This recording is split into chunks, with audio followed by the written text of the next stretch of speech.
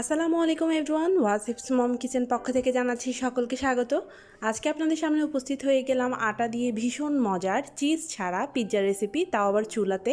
আমি আজকে আপনাদেরকে বানিয়ে দেখাচ্ছি। আশা করছি আমার এই রেসিপিটি আপনাদের কাছে ভালো লাগবে। ভালো লাগলে অবশ্যই রেসিপিটিতে একটি লাইক দিতে ভুলবেন না, আর চ্যানেলটিতে নতুন হয়ে থাকলে প্লিজ সাবস্ক্রাইব করে দেবেন। চলুন তবে দেখে নিন চিকেন পিৎজা তৈরির সহজ পদ্ধতি।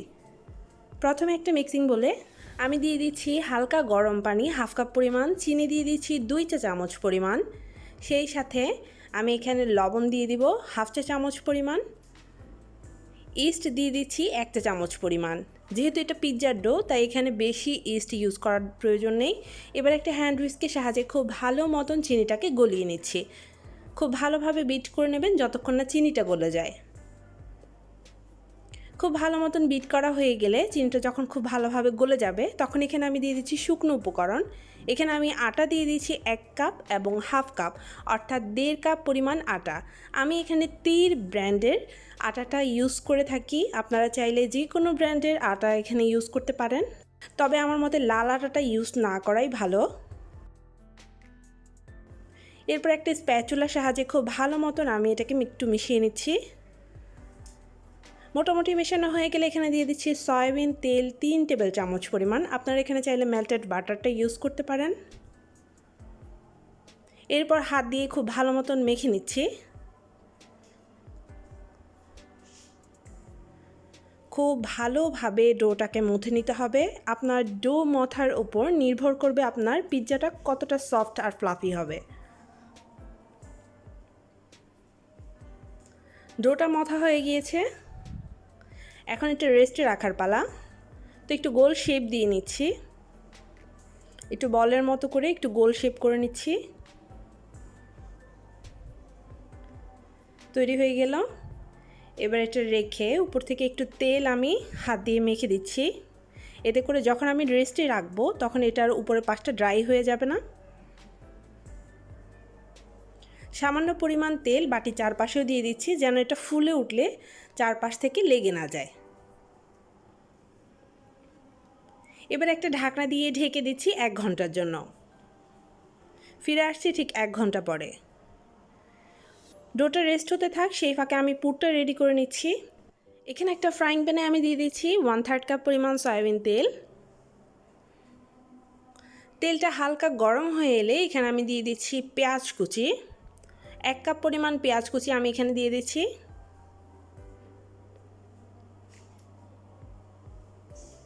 সেই সাথে দিয়ে দিচ্ছি গাজর কুচি হাফ কাপ পরিমাণ। আপনারা এখানে চাইলে বাঁধাকপিটা ইউজ করতে পারেন, এতে করে টেস্টটা অনেক ভালো আসে। এবার একটু ভুনে নিচ্ছি।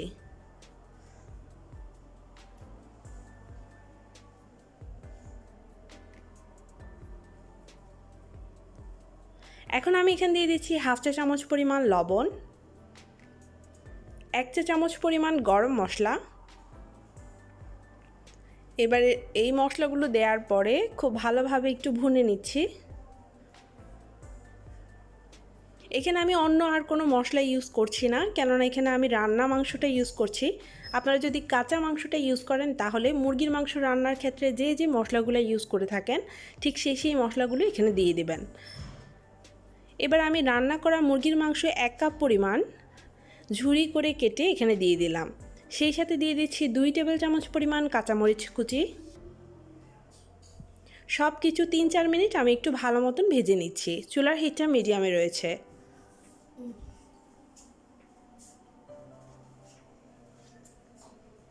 পুরটা রেডি হয়ে গিয়েছে। এবার চুলাটা বন্ধ করে এই পুরটাকে আমি ঠান্ডা করে নিচ্ছি চুলা থেকে নামিয়ে। অপরদিকে ফিরে আসলাম ঠিক 1 ঘন্টা পরে।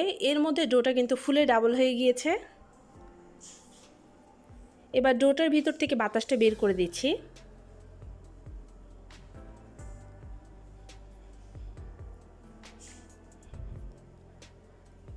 এখন একটা বোর্ডের মধ্যে সামান্য পরিমাণ আটা ছড়িয়ে আমি এখানে ডোটাকে রাখছি।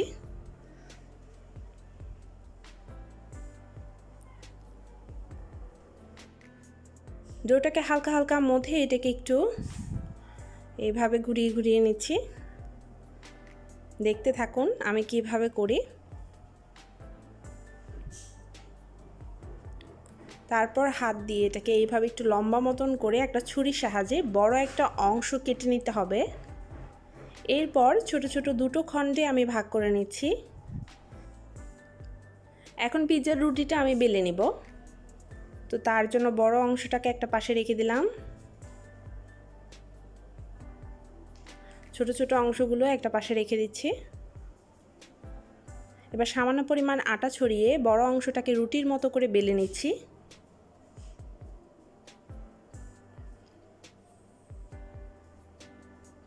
এভাবে একটু টেনে টেনে রুটির মতো করে বেলে নিতে হবে। আমি এখানে একটা স্টিলের থালা নিয়েছি, আর স্টিলের থালার মধ্যে আমি একটা কাগজ বিছিয়ে এর মধ্যে তেল ব্রাশ করে নিয়েছি। এটার মধ্যে আমি পিৎজাটা তৈরি করব। তো রুটির যে অংশগুলো অসমান রয়েছে সেগুলোকে এইভাবে হাত দিয়ে চেপে চেপে থালার পুরোটা অংশ ভরাট করে দিতে হবে। ভরাট করা হয়ে গিয়েছে। এইবার আমি ছোট অংশগুলোর ব্যবহার আপনাদেরকে দেখিয়ে দিচ্ছি। এবার এগুলোকে আমি লতা পাকিয়ে নিচ্ছি ঠিক এইভাবে দড়ির মতো করে। দুটোই আমি এই রকম লতা পাকিয়ে নিচ্ছি। এইবার দুটো লতার মাথাগুলো ঠিক এইভাবে সিল করে দিতে হবে, আর এই রকম হাত দিয়ে ঘুরিয়ে ঘুরিয়ে একটা দড়ির মতো করে পেঁচিয়ে নিতে হবে। একটু দেখে নিন আমি কিভাবে করছি। এই রকম করে যদি আপনারা পিৎজার চারপাশে এটা ইউজ করেন তাহলে দেখতে অনেক বেশি সুন্দর লাগবে। দড়িটা পাকানো হয়ে গিয়েছে, আর মাথাগুলো আমি সিল করে দিয়েছি যেন খুলে না আসে। এরপর পিৎজার চারপাশে আমি দিয়ে দিচ্ছি এটা। এইভাবে হাত দিয়ে ধরে ধরে চারপাশটাতে দিয়ে দিবেন। এতে করে পিৎজাটা যখন বেক হয়ে আসবে তখন দেখবেন খুব সুন্দর লাগছে। এরপর একটা কাঁটা চামচের সাহায্যে মাঝখানের অংশটা এভাবে একটু কেচে দিতে হবে। এতে করে এটা রেস্টে রাখবো যখন তখন আর ফুলে উঠবে না।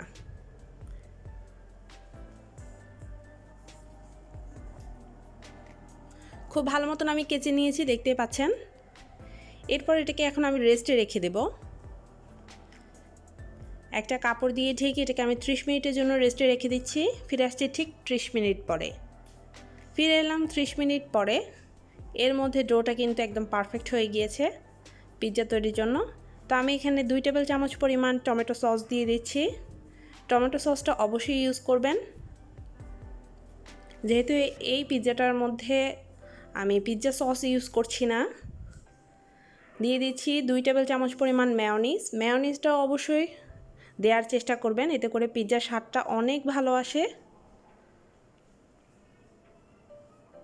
চিজ ছাড়াও যে এই পিৎজাটা খেতে এতটাই মজার আপনারা তৈরি না করলে বিশ্বাসই করতে পারবেন না। তো এখন আমি পুরটা দিয়ে দিচ্ছি। পুরটা কিন্তু একদম ঠান্ডা অবস্থায় রয়েছে। সম্পূর্ণ পুরটা আমি দিয়ে দিচ্ছি। পুর দেওয়া হয়ে গিয়েছে। এখন আমি এখানে ক্যাপসিকাম দিয়ে দিচ্ছি। এখানে আমি লাল, সবুজ, হলুদ 3 পদের ক্যাপসিকাম ইউজ করেছি। 3 পদের ক্যাপসিকাম ইউজ করলে দেখতে খুবই সুন্দর লাগে, একটু কালারফুল হয়।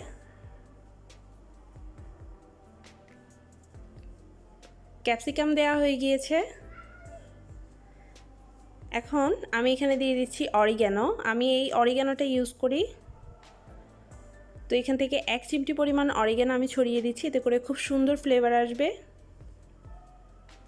এরপর একটা ডিমের কুসুমের সাথে 1 টেবিল চামচ পরিমাণ দুধ মিশিয়ে খুব ভালো মতন আমি পিৎজার ডোয়ের চারপাশে একটু ব্রাশ করে দিচ্ছি। এতে করে পিৎজাটা যখন বেক হয়ে আসবে তখন খুব সুন্দর কালার আসবে।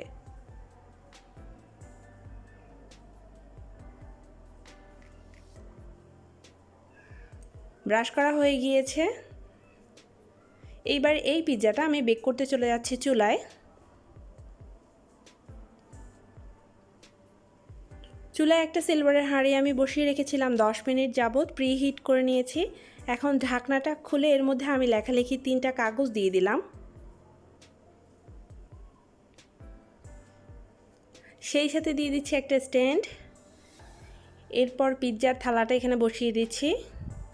লেখালেখির কাগজটা অবশ্যই দেবেন, তা না হলে কিন্তু পিৎজার কালারটা আসবে না। এরপর ঢাকনা দিয়ে ঢেকে এটাকে আমি 30 মিনিট বেক করব। চুলার হিটার লো থেকে সামান্য পরিমাণ বাড়ানো থাকবে। ফিরে আসছি ঠিক 30 মিনিট পরে। ফিরে এলাম ঠিক 30 মিনিট পরে। এখন আমি আপনাদেরকে একটু ঢাকনাটা খুলে দেখাচ্ছি। দেখুন মশলা করে পিৎজাটা কতটা সুন্দর হয়েছে। আশা করছি আমার এই পিৎজা রেসিপিটি আপনাদের কাছে ভালো লেগেছে।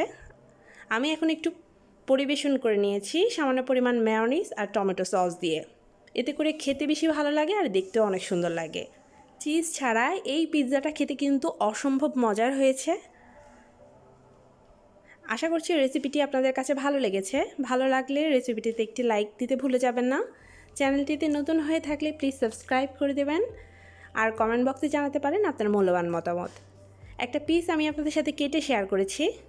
দেখুন পিৎজাটা একদম পারফেক্টলি কুক হয়েছে। পেছনের কালারটা দেখুন, পুড়ে যায়নি, খুব সুন্দর মতন এটা বেক হয়েছে। আপনারা ঘরে তৈরি করে আমাকে জানাতে ভুলবেন না কেমন হয়েছে। সবাই ভালো থাকবেন, সুস্থ থাকবেন। আগামীতে অন্য কোনো রেসিপি দেখার আমন্ত্রণ জানিয়ে আল্লাহ হাফেজ।